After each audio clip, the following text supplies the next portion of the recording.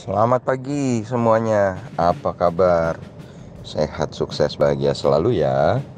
Jangan lupa di-subscribe, like, bagikan channel ini, dan juga berikan komentar Anda agar kami semakin semangat dalam memberikan Anda konten terbaik setiap harinya. Bagi Anda yang selama ini telah mendukung kami ucapkan terima kasih dan kami doakan Anda selalu diberikan kesehatan, rezeki, dan kebahagiaan yang melimpah. Jangan lupa aktifkan lonceng notifikasi agar Anda tidak tertinggal semua update terbaru dari kami BestBiz ID. Pada market review kemarin sore kami mengatakan bahwa hari ini kemungkinan 51% IHSG berada di dalam zona hijau. Apakah di market outlook ini akan kembali sama? Mari kita coba bahas.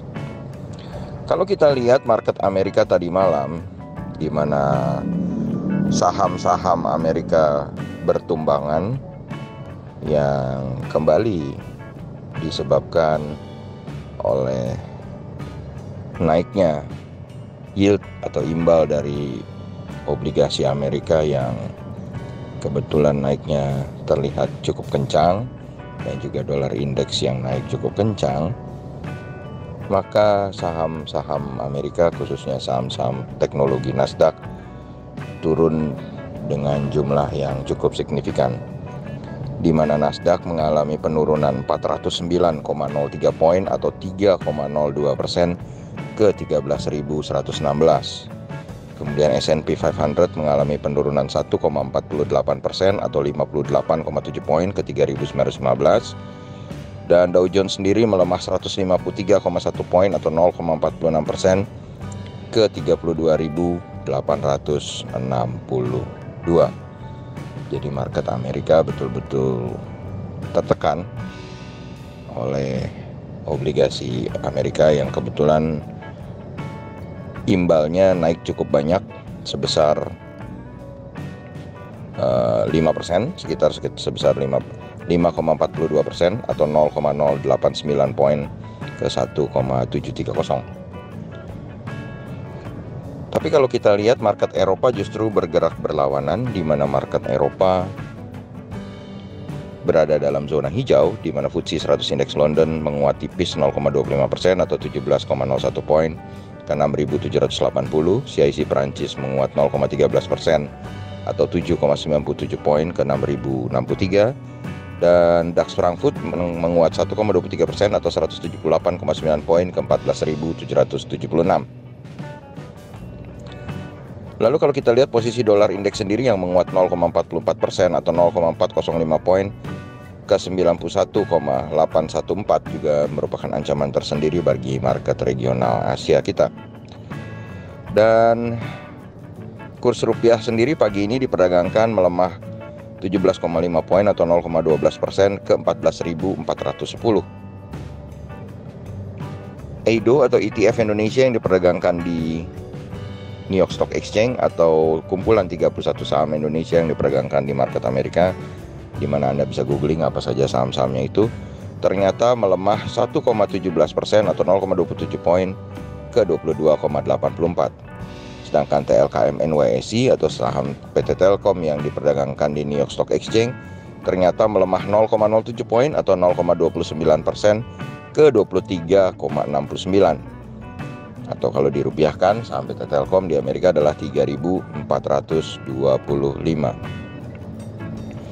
Di bagian bursa komoditi, WTI oil atau minyak atau oil ya, mengalami penurunan paling dahsyat 4,6 poin atau 7,12% ke 60. Ini adalah penurunan yang sangat signifikan di bursa komoditi.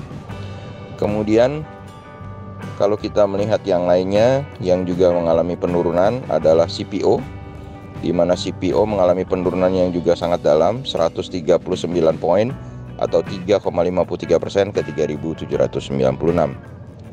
Kemudian wood pulp atau bubur kertas juga turun 1,66% atau 100 poin ke 5.925. Nikel juga mengalami penurunan 190 poin atau 1,17% ke 16.012,50.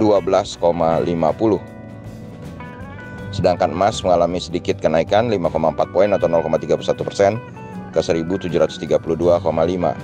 Timah mengalami kenaikan sedikit 0,88% atau 227,5 poin ke 25.957,50.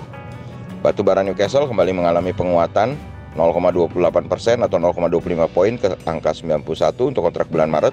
Dan untuk kontrak bulan April, batu bara Newcastle mengalami kenaikan 0,55 poin atau 0,61% ke 90. Batu bara Rotterdam untuk kontrak bulan Maret mengalami penguatan 2,41% atau 1,6 poin ke 68,1.